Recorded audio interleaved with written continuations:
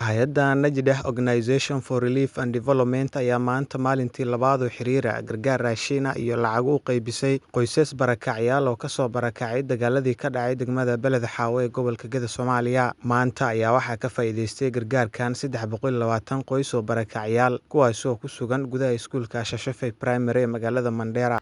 Magacaygu waa Cabdirashiid Ciise oo hay'adda Najdah la shaqeynayo oo marka maanta deeq siinayo dad walaalaheen oo ka soo qaxay Buulaxaw oo Soomaaliya ah maadaama xuduudka Mandera iyo Soomaaliya ay isku dhagan tahay. Dadkan waa dad soo qaxay oo qaxooti ku ah magaaladan Mandera. Marka hadda raashin oo deeq oo ayaan ugu deeqi haynaa oo 300 oo guri ayaan maanta ugu deeqi haynaa. Shalayna waxaan bixinay 160 qoys 160 qoys oo barwaaqo primary school ayaan shalay bixinay. Shashafay Primary School ayaa haddana ma arkaysa aan 300 qoys aan hadda u deeqi haynaa oo iskuulka joogeen ayaan haddana deeqda sayti oo 300 qoys ayaan siin haynaa oo hay'adda sayti oo Najdah oo ma arkaysa ku deeqi haysa iyo lacag kaash oo ma arkaysa ay ku gataan hilib iyo qudaar ay ku gataan ayaa la siinayaa oo siin haynaa. Marka hay'adana waa u mahad celinaynaa maadaama ay dadkii ayaga ay wax ku deeqday aad iyo aad baa looga mahad celinayaa.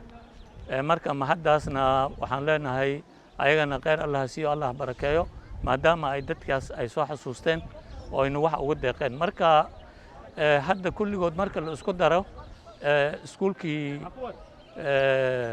Duusay eedana 160 ayaan ku deeqnay 160 oo Duusay iyo 160 oo barwaaqo iyo 300 oo meeshan Shashafay hadda maanta aan ku bixin hayno. Marka dhammaantood dadkan waa dad oo dhibaato meeshan keentay oo baahan oo marka dhib meesha keenay waana deeqdoodana waa heleen. Raashinkan gadaasheeda yaallo iyo lacagtan kaashka hadda la qaybinayo dhammaantood waa wax ayaga looga deeqi hayo maadaama deeqda sayta looga deeqi hayo. Marka haddana kolley ayaan markaan arintaas ayaa jirta oo looga deeqi hayo. Qoysaskan ayaa helay raashino kala duwan iyo deeq lacag ah oo loogu talagalay inay ku daboolaan baahiyaha nololeed. Walaalayaalka hadda aan u fadhina oo muslimiinta hadda deeqa loo bixi waxay igu deeqeen lacag 2,000 iyo xoogaho raashin ayadoo sidii bini'aadanimo igu soo dhaweey naftaydana ku badbaadi anoo ka imaaday degmada Buulaxaw halkan lagu dagaalama anoo hoobiye lagu garaacay anoo 98 jira boqolkii ay 2 sano ay iga dhiman tahay. Hay'adda muslimiinta oo inoo gargaartay lacag 2,000 oo Kenya iyo xoogaho raashin iyo naftaydii oo badbaadiyeen mahadaasaan u sheeganaa.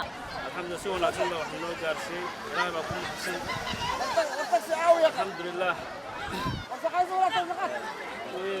ilaahay daabta ugu soo dhiigana si wanaagsan bay u bixiyaan ما شاء الله وإلهي بأمهد علينا كسوك المسلمين وأمهد علينا.